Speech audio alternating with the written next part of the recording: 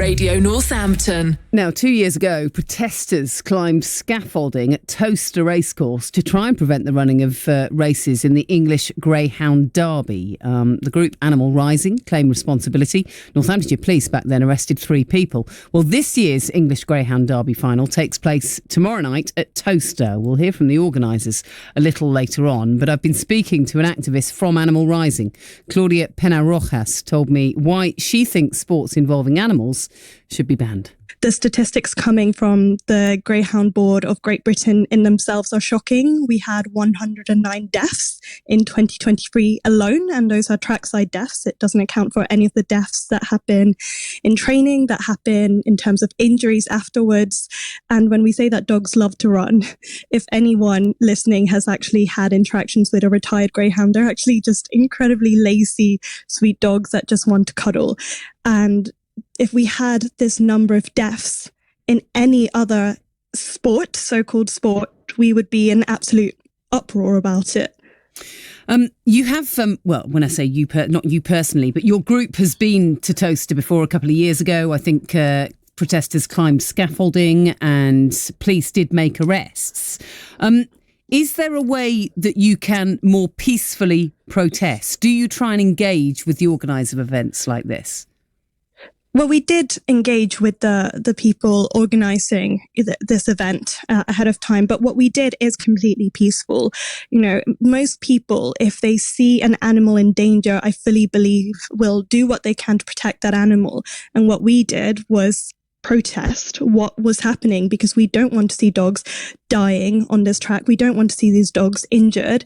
When you have an industry that legally requires freezers to be available on site because it is so common for these dogs to die as a result, we have to do everything that is possible to protect them and change this. But when you talk about peaceful, and I get that this is a different thing, but there have been groups in the past, haven't there, that, for example, went to the Arla dairy and physically damaged lorries. They were prosecuted for that. Do you support that kind of thing? Well, I think there's a big difference between, material objects and living beings. And what we have here is an industry that is consistently harming and causing the deaths of hundreds, if not thousands of dogs. And what these people did was put their bodies on the line to raise awareness about this and try and protect this harm from coming. And I think that really is where our attention needs to be. What's your aim, ultimately?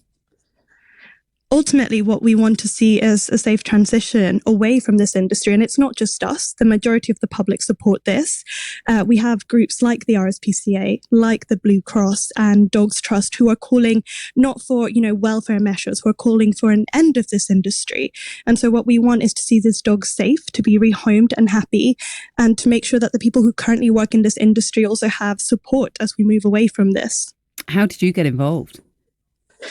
I got involved because I love animals and I want them to be safe and cared and loved for, like most people, I'm sure. And I think that we need to move away from any industry, whether that's dog racing, whether that's horse racing, or the way we treat animals in our food system, to create a world where we really align our actions with the values that we have if we really are this nation of animal lovers. And I suppose specifically on this industry with dogs, I suppose the worry is that if it does get banned, does it get pushed underground? Well, I think that there is always monitoring that needs to happen, right? But again, the reality is that this is a self-regulated industry, and we have had other forms of so-called entertainment in the past. We've had dog fighting, bear baiting, that was legal, and we've moved away from it as a society.